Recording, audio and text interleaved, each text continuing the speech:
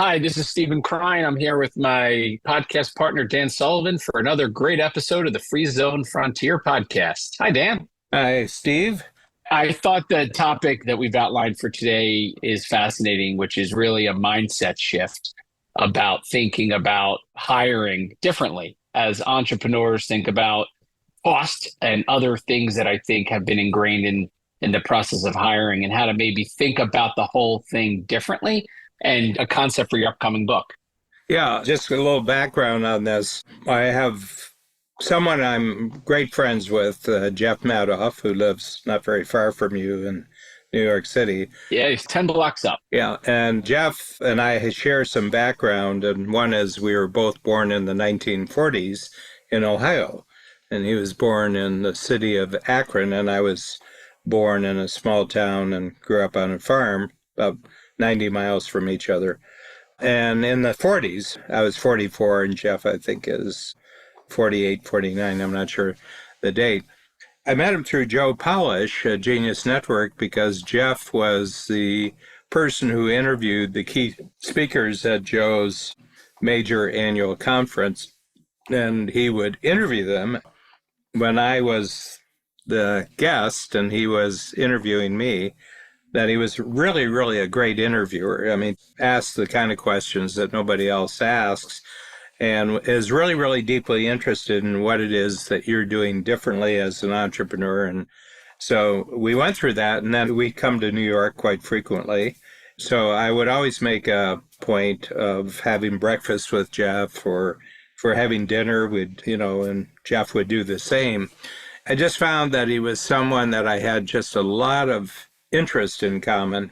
But two things sort of developed. One of them was obviously entrepreneurism, and the other one was theater, because I had originally in my teens thought that that would be a good career for me.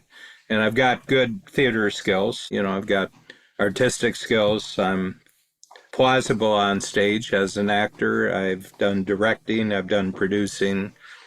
So Jeff right now is in the very, very advanced stages of creating a musical play, a musical called Personality, which is the story of Lloyd Price, who is arguably the first crossover artist to put rock and roll on the map.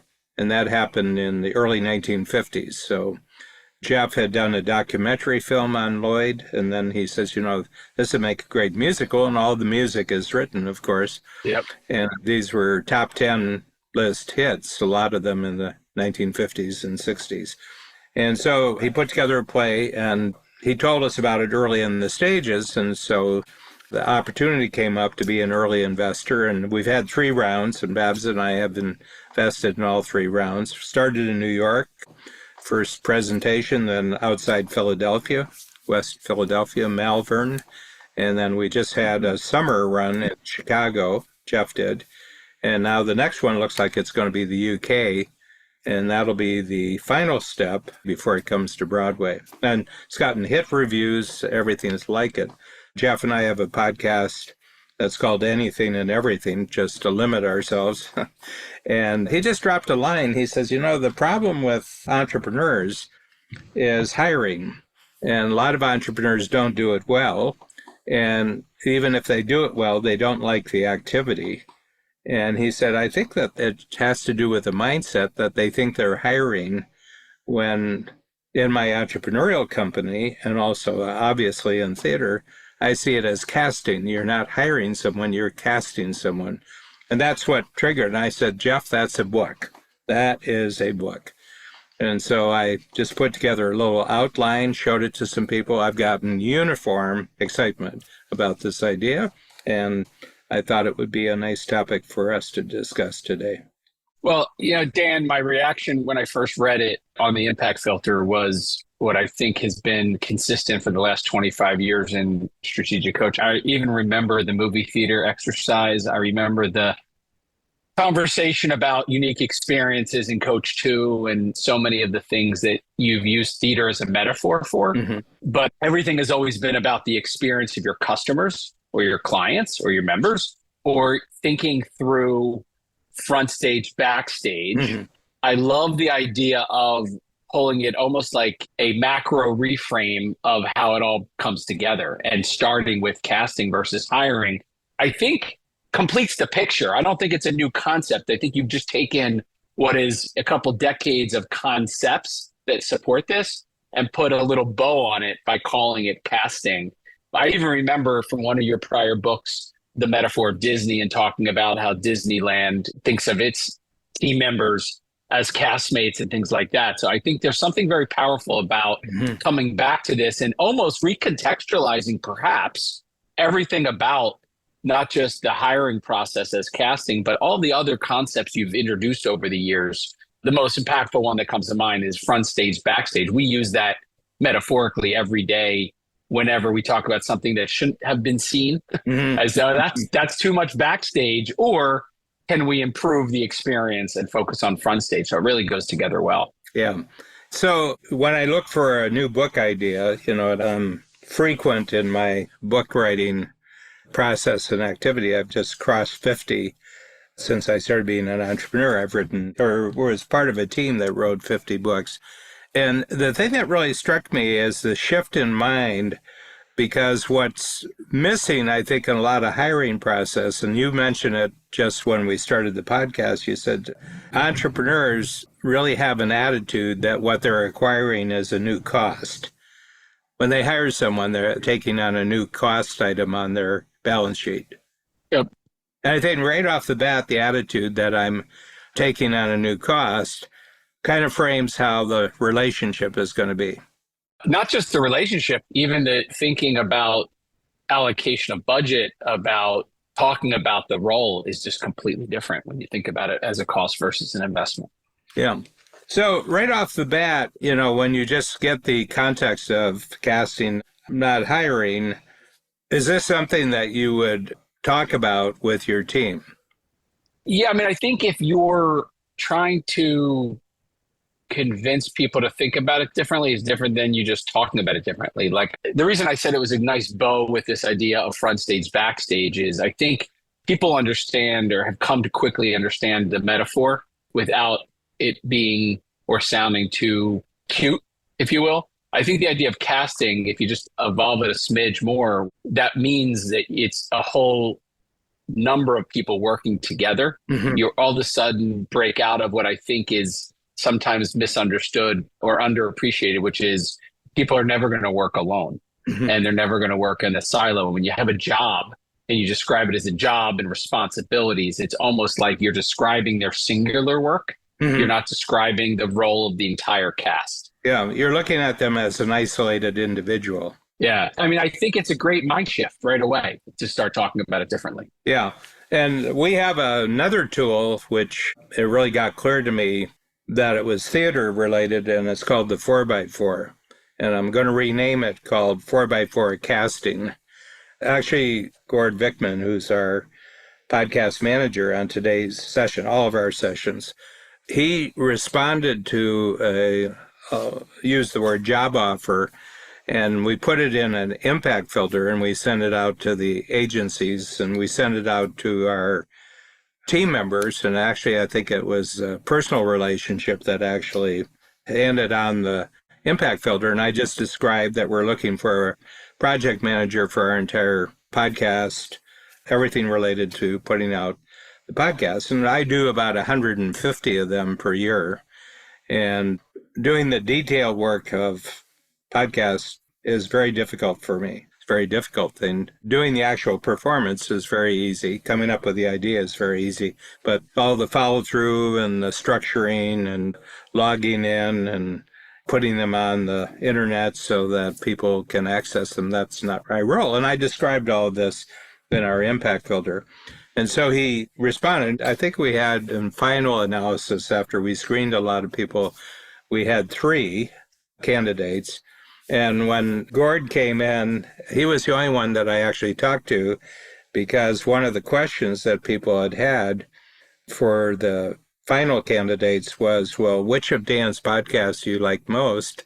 And Gord was the only one who had ever listened to any of the podcasts,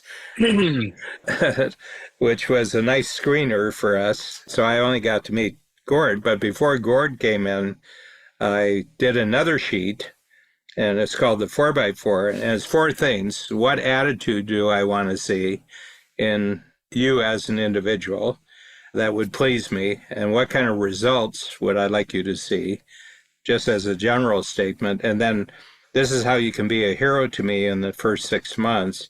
And this is how you can drive me crazy so that no matter how good you are, I'll fire you because you drive me crazy. He came in, he says, I sort of figured that I'd probably get the role. And he says, so I just looked at your impact filter and I looked at your 4x4. And I want to tell you, there's 6 or 7 things, that maybe it was 10 things. I'm going to get this done in the first 6 months, which he actually got done in the first 3 months. And it's been clear sailing ever since then, because I told him exactly what the project was, exactly what the role was. I gave him a complete overview of everything and how important it was to us. And then also I said, now, for you to be really great and for me to be happy with what you're doing, this is how you have to relate to me. So by using the 4x4 framework of describing the role within the context of your teamwork is a big shift for, I think, a lot of people, which is not just to talk about it again as an isolated job, but as a role that is going to require, almost as a non-negotiable, teamwork that they need to understand before they join. And I'm also thinking about this as somewhat useful for recasting people as well. And I want to say recasting, meaning it's not just for new cast members, it's for existing cast members. Yes. And an opportunity to reacclimate everybody to the framework so that when you bring somebody new, they can easily swing into it being a new cast member, because oftentimes your current team doesn't even think of themselves as a cast. Yeah. The thing, if you were thinking about recasting people, it's not just about them, it's about the play that the company is putting on. Yeah. I want to give you a big picture of what we're about in the world as a company, yeah, and who it is that we're creating value for. And I think in most companies, that's for management. Management has that type of conversation. In our company, the receptionist has that type of conversation. Yeah. You're introducing, I think, a conversation that will cause, I think, a lot of clarifying questions to be asked by people. I do think for a quick start, it's a great shift. For a fact finder, it might create a whole bunch of questions that, in a good way, are going to have to be answered. Yeah. I mean, we've done a lot with it, and you mentioned several of our tools, but how have you gone about this? Because it strikes me, I've known you for more than 25 years, and it strikes me that you've always been very, very performance-minded, from the standpoint using it as a theater performance. You're always very, very attuned and very, very alert about just what's the impact that we're having. And in your case, you got 2 big audiences. You got a funding audience and you got a participating entrepreneurial audience. And it really struck me that you've always been very alert about this. Yeah, I mean, I think the front stage, backstage metaphor is probably the one that has a daily recurring relevance to what we do. We put on virtual workshops, we put on office hour events, we have showcases, we do expert master classes. We do a lot of things that I think force us to continually use the front stage, backstage metaphor for engaging with our large community.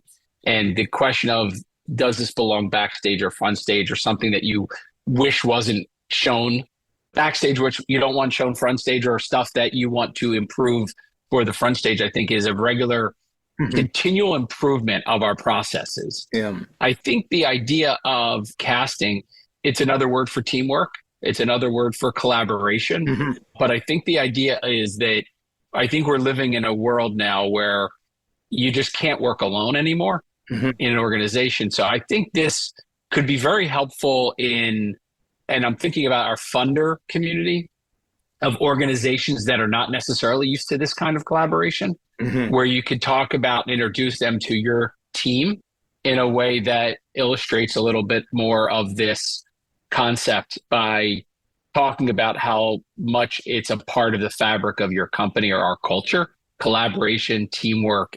To me, it's just another skin on part of what I think we're doing anyway, but it's Yeah. talking about how we work together as a team, not just what we're producing, but how we're working together. Yeah. One of the central concepts in Strategic Coach is unique ability and then unique ability teamwork. Okay. So periodically, I'll be in a setting where one of our team members introduces me as his boss or her boss. And I don't say anything, I always hate that. I don't say anything in the moment, but afterwards I'll say, that may be how you're looking at me, but that's not how I'm looking at me. I said, I've got a particular unique ability, falls into basically three areas. I'm a good coach. I'm good at coming up with new thinking tools, and I'm good at communicating through books and podcasts. And I said, and that's what I focus on. And if you followed me around for 90 days, 95% of my time was focused on those three areas. So I just see myself as a team member that has this particular unique ability, and I'm surrounded by other people who have different unique abilities, such that if I didn't have their teamwork, anything that I do wouldn't make any difference. So how might that show itself in one of your engagements with your team members or your A team member? Well, first of all, that I communicate with the tools. You speak tool language. Yeah, I speak the language. So I never ask anybody to get engaged with me in any project I'm doing unless they receive a document like the fast filter, and I say, I got an idea. This is the best result for the idea. This is the worst result. And if the idea works, these are the 5 success criteria. These are the boxes you check off if it's done right. And they get that before we have the meeting. And then, I say, what's your response to what I put down there? And right off the bat, they come in, they say, I'm totally bought in to the best result, and I see some other things that could be worse results, and I've got some questions about the success criteria. But they walk in the room of not me as a superior giving them a job as an inferior. I'm simply saying I'm involved in a project, and I'm sending this to you because I think you got some unique skills that are really crucial to my being able to pull this off, and I just want to know if you're interested. You know what, Dan, as you were just describing that, and I'm looking and thinking about what you've written up in this impact filter about the idea, I think the biggest thing is not having it just be about hiring, but it's all about even your existing team as well. We are not a bunch of individuals working in our own things, that we are a team. We're a cast of people. And I think the theater metaphor is the easiest way for people to understand that regardless of what they're doing on their own, it really doesn't matter. It's all about how we're all producing something as a team.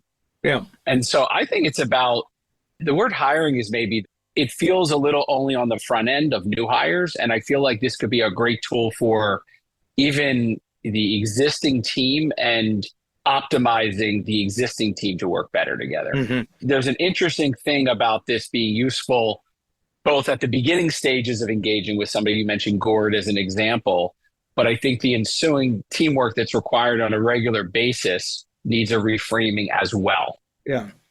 It's very interesting going back to my relationship with Jeff Madoff, because I've been a constantly talking partner to him as he's developed the play at all stages. And I remember when we did our workshops, it's right on the west side, just off Times Square. I think the theater was between 6th and 7th Street, but it was at the 50th Street level in New York on the west side. And a small theater, and that's just done for what are called workshops. And this is the first time that a play in the making has gotten everybody there. All the actors are there. All the crew is there, the backstage crew, the musicians are there. They're not in costume, but they know their scripts. And you put on 2 performances, and you're given by the union rules in New York, you're given 72 hours to have 2 performances. And this is restricted to members of the media and potential investors being the audience. Okay. So the story of Lloyd Price with personality is the first part of the play shows Lloyd as a young boy, 16, 17 years old.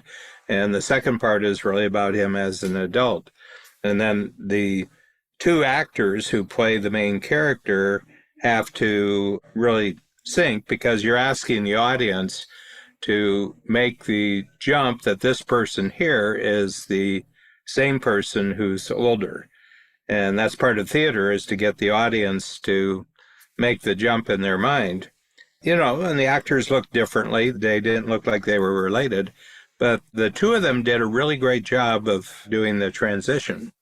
That was the first thing, and that brought in investment money, and it's a startup. It's basically a theater startup, works just like any entrepreneurial startup. Then they got an offer from a theater, a community theater west of Philadelphia in Malvern, and they said, here's what we'll do is that you won't get paid for this, but what we'll do is we'll create all the costumes for you, we'll create all the scenery for you, and we'll do a 2-week run. And we went to Malvern, and we saw it twice.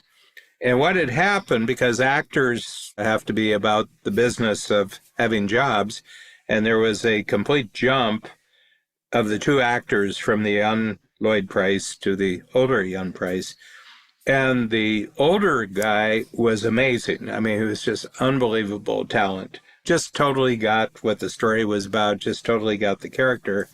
And the young one was very talented. He was a really good actor. He was a really good singer. And he was really good dancer, because you have to do all three in a musical. And he didn't get what his connection was to the play, and he didn't get his connection, what his relationship was with the older version of himself. Mm-hmm. And you couldn't have faulted him on talent, but you could really fault him in not fitting in. Yeah. That's why the word casting is an immediate jolt to how I think a lot of people think about themselves in jobs and companies. Yeah. Right? It's not about your individual role. It's not about your individual representation of what it is. It's about the context of everything else that's happening around you. Yeah. And that example you just gave about his limiting view of it affected his performance. Yeah. So much so that when they made the jump to Chicago, which is now a major theater, 12-week run, the equivalent of Broadway in New York. Nothing's the equivalent of Broadway in New York, but the theater district, big theaters, and this was a very prominent theater, that actor didn't make the jump. They said, no, we need a new actor. And the one they got in he had all the qualities that the other ones were missing regarding teamwork and understanding his role. Okay. The main actor just jumped to another level. And I was talking to Jeff about the lead actor, and he said, he's the glue that holds the whole play together. Mm-hmm. He goes around, talks to everybody else. He talks to them, about how their teamwork on stage and everything. So he's just operating on a totally different level. To put a little bow on this, I think the free zone community, constantly thinks about collaborations. And I think that one of my learnings about educating my team and educating collaborators on what it means to be good collaborating partners, not just inside the company, but with other organizations.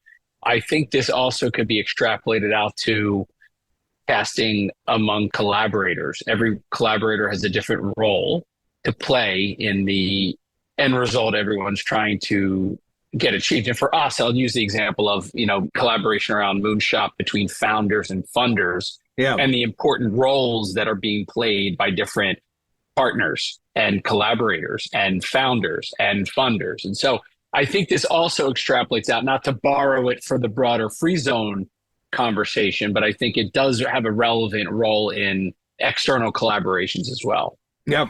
It's kind of funny. I had a podcast with Peter Diamandis. He didn't bring up this subject directly, but when I think about the conversation, he said the profound change that companies and corporations are having to go through right now in the technology world, because most corporations and most companies don't have any entertainment value. Mm-hmm. Yeah, I mean, it's the difference between Microsoft and Apple. Apple has always been pure theater. The founders of Microsoft, you knew they were smart, but they weren't entertaining. They weren't interesting, and Steve Jobs would cast these huge visions of the future, when they were bringing out something new, the technology world worldwide would stop. The investment world worldwide would stop. And he just wandered out on stage. It was a one-man act with massive amount of backstage to it. And he says, I don't know if any of you knew that I got fired from Apple. Yeah. And I was out there for 2 or 3 years. One of the things is I got really, really interested in music. And I'd hear a song I liked, and I'd try to go to the store and buy it. And bummer, in order to buy the one song I want, I had to buy 10 or 11 other songs on the same album. And he says, I didn't want to hear the other songs. I just wanted to hear this song. And then he said, and then I started looking into how the records are made, and I found out that the musicians only, on $1 sale, they make maybe 5 cents, and it's their creativity that's there, And then he says, I was looking at the technology world, and these MP3 players were created, and then I was looking at the fact that Napster was actually putting songs, just individual songs, up on the internet. The only problem was they were stealing them, and there was no business model there, but they had gotten the idea. And then I noticed that one of the real problems, there wasn't a really good platform. So I said, we have a really good MP3 player called iPod, and the internet exists, and we've got a really good platform. So here's what I'm thinking about. We're just going to invite all the artists in the world just to put their music as singles. They can put it up as albums. They can put their complete collection. But you'll be able to just pay $1 for a song, and we'll give them the majority of the money. And what do you think about that model? And then he says, oh, by the way, it's available the moment I finish my talk here. You can buy it, And it's just pure theater, just pure theater. And you can see the difference because Tim Cook, who's done wonders with Apple since Steve Jobs died, but he doesn't have that theater quality. No, but I think that benchmark that you talk about Steve Jobs had, I think has created, especially for entrepreneurs, a way to think about how important the front stage opening of the box is and the presentation is and the whole experience is. And I think that translates really well with this idea of casting and casting, for your team and thinking about from hiring to maximizing your existing team and getting everybody to work better together. So I want to be mindful of time and think about what's your biggest insight. You've taken this obviously into an idea for the book with Jeff, but what's your thinking from having this conversation today? Well, I think my biggest takeaway from it is that you do yourself no harm as an entrepreneurial company of thinking yourself as a theater company. And one of the things is it'll get you really interested in theater to see how theater actually works. Probably I'll increase a lot of entrepreneurs going to theater, Yeah. I mean, it could be the local church group. It's theater. It doesn't matter. It doesn't have to be Broadway. But the other thing is to adapt some of the breakout chapters that I've already thought of, that you're casting for roles. You're not hiring for jobs. But then one of the deciders on your part isn't going to be, do they have the qualifications? Do they test really well on all the technical skills? But is this the sort of individual who's going to really fit in with the existing team? And this person's addition to the existing team actually improved the team. Yeah. And I think that's a totally different framework for entrepreneurs, period. It is. It's a simplifier, quite frankly, of, I think, a very complex issue of running a company, which is how does everybody work together? And sometimes, many times, it's not about the individual capabilities. It's about the teamwork and how well or not the team works together and as a cast. So I think it's great, Dan. Yeah. It's one of the simplifiers. Sometimes your tools are multipliers. This one's a simplifier so that you can multiply. Yeah. Before you leave, I've got one question. Sure. That we're going to produce this book. I mean, I've got all the evidence I need. Plus, the publisher wants us to produce a 4th book because the first 3 are selling 5,000 to 7,000 books a week right now. So amazing. They're great books. Yeah. So I know this is going to be a book, but you have 500 plus startup entrepreneurs. If the book is published, will you buy them? First of all, is there going to be a short book for this too? I think that's what we may do first, is just run it through the quarterly process. So we have sort of the bones and the muscles, then we add enormous amount.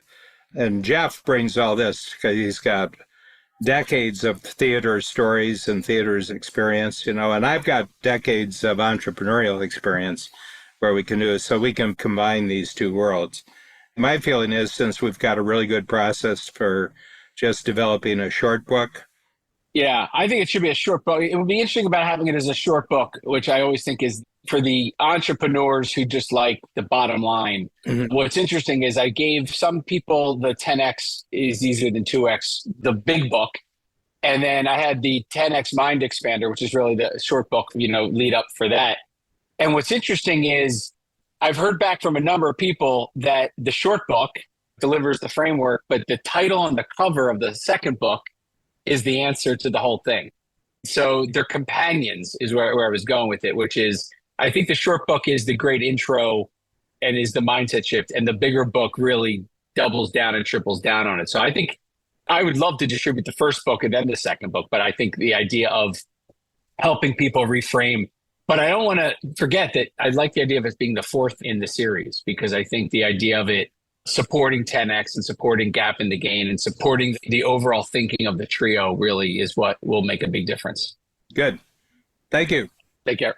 Thanks, Steve.